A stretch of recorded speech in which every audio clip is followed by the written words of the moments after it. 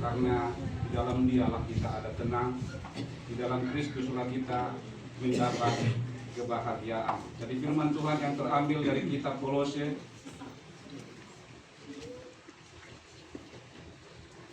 Kolose, pasal yang ketiga, ayat pertama sampai dengan ayat yang keempat. Kitab Kolose pasal yang ketiga, ayat pertama sampai dengan ayat yang keempat. Kita sama-sama membaca di dalam bikinan yang ketiga. Sudah ditemukan, katakan amin. 1, 2, 3. Karena itu, kalau kamu dibangkitkan bersama dengan Kristus, carilah perkara yang di atas, di mana Kristus ada, duduk di sebelah kanan Allah. Pikirkanlah perkara yang di atas, bukan yang di bumi.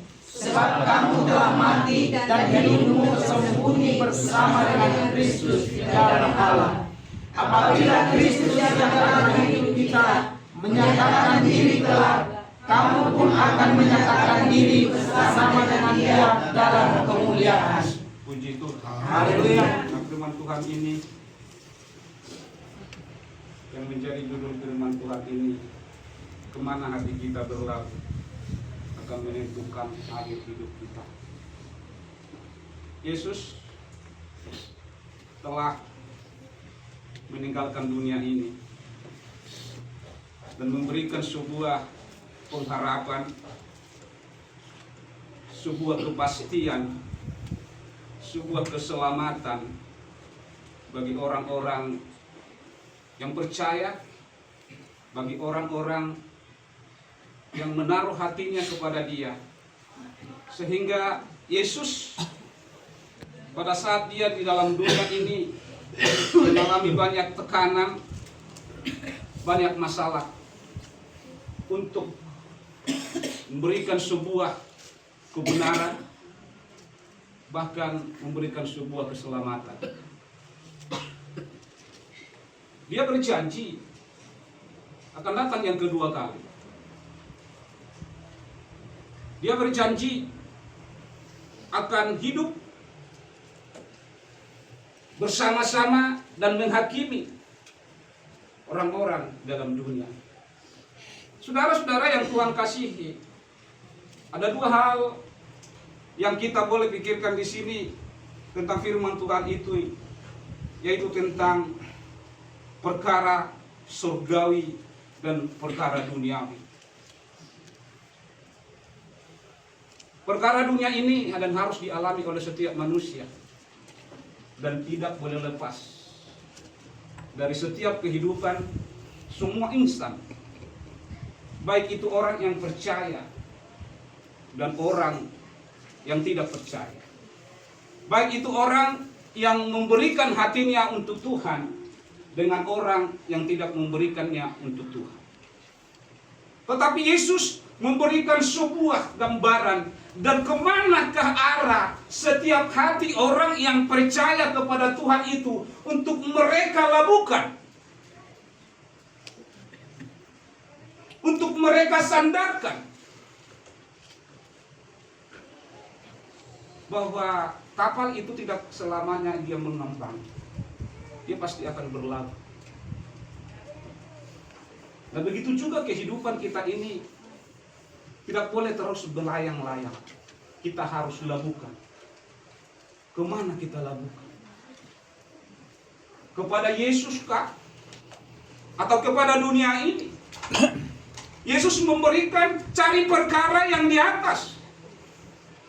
Dunia ini penuh dengan gejolak. Dunia ini menawarkan sebuah tawaran di mana itu akan memberikan sebuah kebahagiaan yang semu, kebahagiaan yang sementara, dan pada akhirnya dia tidak akan bisa menolong kita di dalam hal kesulitanmu. Tetapi Yesus adalah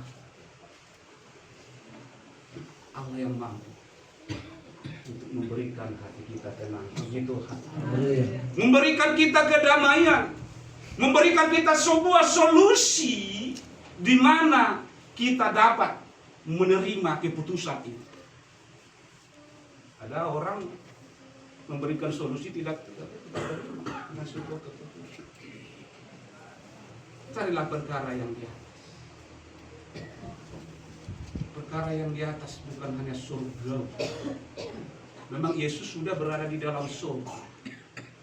Bukan hanya tentang surga saja. Sekalipun dunia ini saat ini penuh dengan gejolak, tapi kita dituntut oleh Tuhan mencari perkara yang di atas. Perkara yang di atas apa? Kekudusan itu perkara yang dari atas. Perkara surga. Karena orang-orang yang tidak kudus tidak akan masuk ke dalam surga. Berbicara tentang Yesus, berbicara tentang kebenaran. Perkara-perkara yang di atas harus kita pikirkan saat ini. Kalau kita tidak memakai baju zirah kebenaran, kita tidak akan sampai ke dalam surga. Kalau kita senantiasa tidak mengikut standar Allah, standar Yesus, maka kita akan gagal untuk masuk ke dalam surga. Maka yang kita pikirkan saat ini adalah perkara yang di surga, bukan tentang harta, bukan tentang harta atau kebahagiaan sementara, tetapi harta yang abadi, yang senantiasa tidak akan bisa dimiliki oleh semua orang. Bukan karena kita senantiasa sudah rajin ke gereja, bukan karena kita mampu melakukan setiap kegiatan kita, bahkan ikut kita menjadi pelayan di sana. Tapi berbicara tentang surga, berbicara tentang hati yang taat kepada Tuhan. Nah, malam hari ini Bapak Ibu Saudara yang Tuhan kasih, ada dua hal yang harus kita boleh bahas hari ini. Berbicara tentang surga, berbicara tentang hati, dan kemana kita boleh melabuhkan. Hati yang bersandar pada dunia akan tenggelam bersama dunia. Hati yang bersandar dalam dunia akan kecewa, kosong, dan berat. Banyak orang bersandar kepada dunia, hanya perkara-perkara dunia, sehingga ketika dia kecewa, di sana dia mengalami sebuah kelemahan iman. Dunia tidak selamanya menjanjikan sebuah kebahagiaan. Dunia ini sedang lenyap, kata firman Tuhan. Jadi saat ini kita telah dipilih oleh Tuhan, maka diberikan untuk kita mengambil sebuah pilihan kemana kita sandarkan hati kita ini. Bicara tentang hati adalah hati yang keluar dari lubuk hati yang paling dalam. Tidak ada kocek-kocek di sana. Hati yang tulus, yang taat. Hati yang mau mengampuni. Hati yang mau mengasihi. Hati yang mau memberikan solusi. Dunia ini sedang, maka Allah menjanji kepada kita, yaitu melabuhkan hati kita di hadirat Tuhan, akan menemukan kedamaian sejati. Ketika kita melabuhkan, memikirkan hal-hal surga, kita melabuhkan hidup kita kepada Tuhan, maka di dalam diri kita tidak ada lagi sebuah keegoisan. Dari orang yang melabuhkan hatinya di dalam Kristus Yesus, mereka akan memperoleh sebuah ketenangan walaupun badai menghimpit kehidupan. Karena Yesus akan menjadi juru mudi mereka. Tetapi yang menjadi pertanyaan, sejauh mana kita melabuhkan hati kita ini dalam Yesus.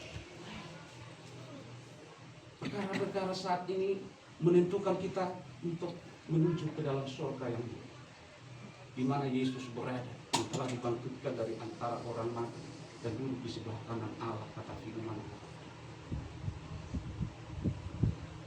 Jadi kita bukan hanya beribadah saja. Ibadah boleh ditipu. Boleh.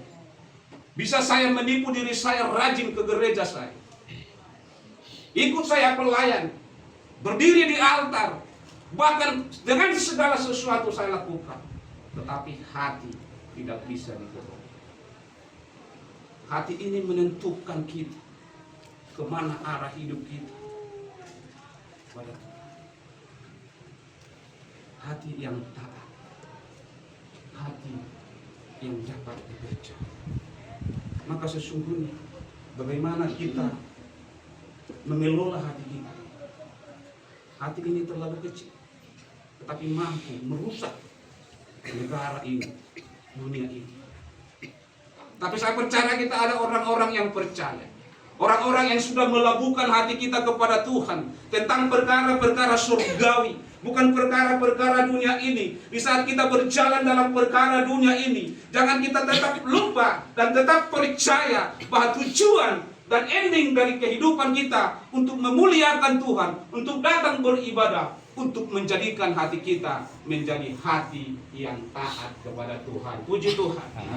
Malam hari ini kita boleh merenungkan setiap hidup kita. Ada mungkin dosa yang tidak beres di dalam hidup kita, yang sampai hari ini sehingga menjadi pembatas atas doa kita. Karena doa orang benar sangat besar kuasanya. Doa yang benar adalah orang-orang yang benar, orang-orang yang melakukan kebenaran, bukan kemusyrikan. Adakah orang-orang yang benar? Ada. Seorang nabi, Nabi Elia, dia benar di hadapan Tuhan, mampu berdoa, dia hujan tidak turun 3,5 tahun. Dan dia berdoa juga mampu menjadikan hujan turun lagi. Saya percaya kita adalah orang-orang yang benar di hadapan Tuhan. Puji Tuhan. Doa kita telah dijawab oleh Tuhan. Karena kita percaya di saat kita mengalami sebuah hal, mungkin itu sakit penyakit, ketika kita satu di dalam Kristus, di sana adalah iman. Iman yang yakin, iman yang percaya kepada kekuatan Tuhan. Maka terjadi di sana kesembuhan. Penginjilan-penginjilan saat ini adalah doa-doa orang berkuasa, sehingga begitu banyak orang yang berdoa. Itu doa yang orang-orang yang benar. Dan malam hari ini kita boleh merenungkan setiap kehidupan kita. Perkara-perkara dunia ini pada akhirnya sedang lengkap. Tapi kita memikirkan perkara-perkara surgawi, di mana Yesus telah duduk di sebelah kanan Allah. Yesus menjadi jawaban kehidupan kita. Dan kita boleh melabuhkan hati kita di hadirat Tuhan. Dan kita akan bersama-sama dengan Kristus. Hati yang berlabuh kepada Kristus akan stabil, tenang, penuh dengan sukacita di tengah-tengah badai. Jadi kita adalah orang-orang yang percaya kepada Tuhan. Kita adalah orang-orang yang mau melabuhkan hati kita di dalam Kristus. Tentang perkara-perkara surgawi. Yang bukan hanya tentang di mana kita nanti ada di sana, tetapi di mana kita saat ini dengan hati kita melabuhkan hati kita kepada Tuhan, maka kita badai akan tetap berlalu, badai akan tetap berjalan, badai akan tetap ada senantiasa. Tetapi kalau kita melabuhkan hati kita di dalam Kristus, maka kita akan memperoleh sebuah ketenangan. Haleluya. Malam hari ini Kristus telah akan datang untuk yang kedua kalinya. Kita akan mempersiapkan menjadi mempelai perempuan yang senantiasa melabuhkan hati kita di dalam Kristus Yesus. Malam hari ini kita mau datang kepada Tuhan. Biarlah hati kita tenang karena kita berlabuh di dalam Kristus Yesus. Dan saat ini kita akan datang